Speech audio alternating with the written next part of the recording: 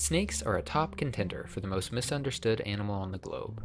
Many of the behaviors they exhibit cause humans to interpret them as aggressive or hostile animals, but in fact, they are defensive behaviors that the animal exhibits purely for its own self-preservation. Though snakes are intimidating to many humans, in the wild they are often preyed upon by larger animals. These behaviors that seem aggressive to us are what allows some snakes to stay alive.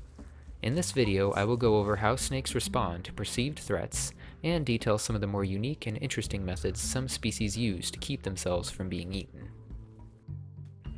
First up is fleeing.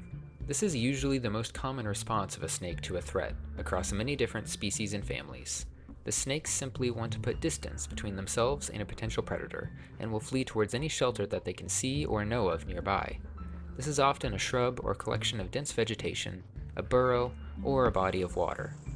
Occasionally, a snake may know of a shelter behind a potential predator, and may make a speedy attempt past or under the threat to get to safety.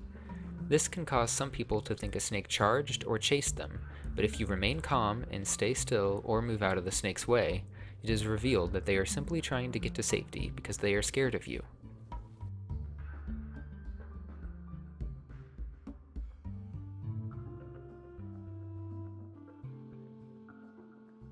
Second is remaining still. Some snakes may not move when confronted with a threat, hoping that their natural camouflage or cryptic coloration is enough to keep them from being seen. This is particularly common in vipers, as they often remain coiled for extended periods of time to hunt their prey. Many times, a human can walk right by or even on top of a rattlesnake without it moving a muscle. Third is attempting to intimidate a potential predator. This strategy may be done if fleeing or remaining still don't work, or some species may start with it. Like many other animals, a common intimidation tactic for snakes is to make themselves appear larger. This is usually done by flattening the head and body to make it appear wider, and is done by both venomous and non-venomous snakes. This is one reason why the often stated method of identifying a snake as a venomous viper by a triangle-shaped head is not ideal. Many non-venomous species can have triangular heads when stressed, as a snake confronted by a human would be. Hognose snakes are able to take this to another level and can spread their necks wide enough to even resemble a cobra. Another frequent tenet of the intimidation strategy is hissing. Many species are capable of hissing, but hognose snakes are well known for beginning a defensive display by hissing loudly, in combination with the earlier strategy of flattening the head and body.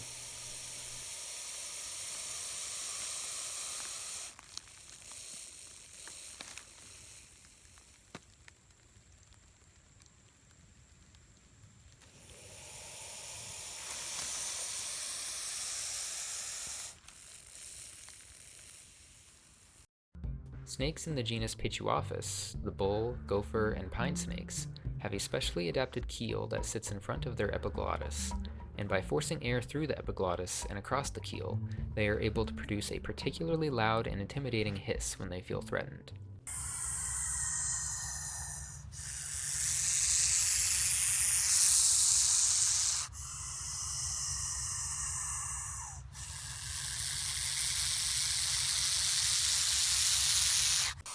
The last component of the intimidation strategy is the mock strike.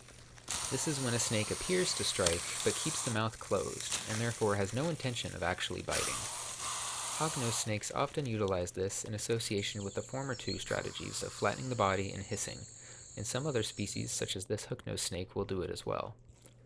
Though no damage can be done by the head hitting the predator, it is often startling enough to cause any potential predators to reconsider whether making a meal of the snake is worth it. A fourth strategy is tail vibration. This is of course the most well known in the rattlesnakes, who have a specialized rattling structure made of keratin at the end of their tails to amplify the sound, and they hold them vertically to rattle. But rattlesnakes did not invent tail vibration. It is exhibited by many different species in many different families, the majority of which do not have rattles. These species hold their tails horizontally when vibrating them, and can produce more sound by rattling in debris such as dry leaves.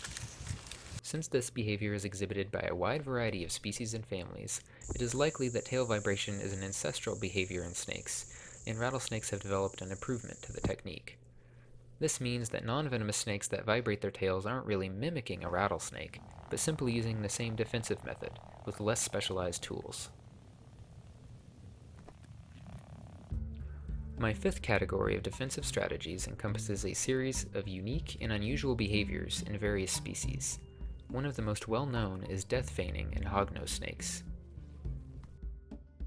As discussed before, hognose snakes will usually begin to respond to a threat by flattening the body, hissing, and elevating up to mock striking if necessary.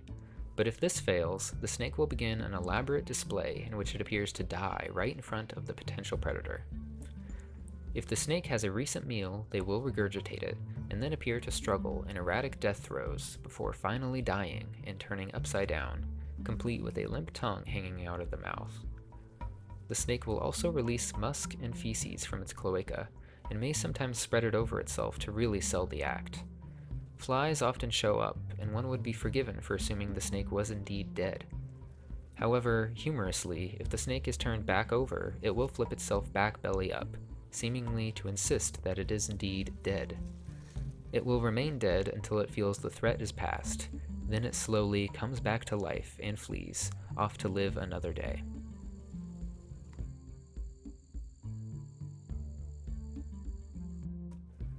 Another unusual behavior is that of the red-bellied snake, a small species that specializes in eating mollusks. If grabbed, red-bellied snakes will sometimes snarl their upper lips to expose their tiny teeth, and may drag them across a predator's skin. Though the teeth are tiny and unlikely to cause much damage, this may startle a predator enough to cause them to drop the snake and allow it to escape. Another defensive strategy is that of the cottonmouth, or water moccasin, which often opens its mouth to reveal the bright white lining, which alerts a perceived threat to the presence of the snake. This is also often accompanied by tail rattling. Another defensive display of some species that have brightly colored bellies is to curl up their bodies, usually the tail, to show that color. This flash of bright color may confuse a predator, or resemble bright colors common in poisonous animals, or may simply divert attention to the expendable tail rather than the head. One last particularly unusual defensive behavior is that of the western hooknose snake. This is a small, burrowing species that looks similar to a hognose snake, but it has a very unique defensive strategy. It farts. When confronted, the hooknose snake will pop its cloaca by expelling air suddenly.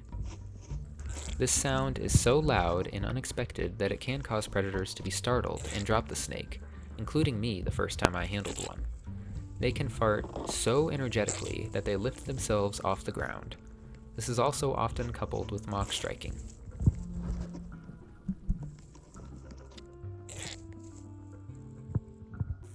The last defensive strategy of snakes is striking. I include this strategy last because it really is a last resort for snakes trying to defend themselves.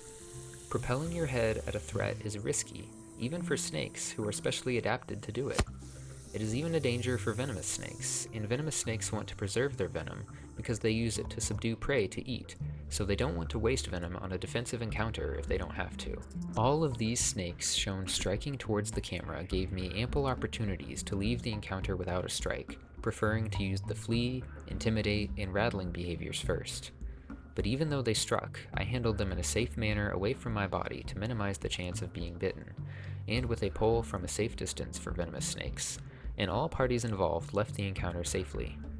This is what the snakes want, simply to act in self-preservation, just as you or I or any other animal would.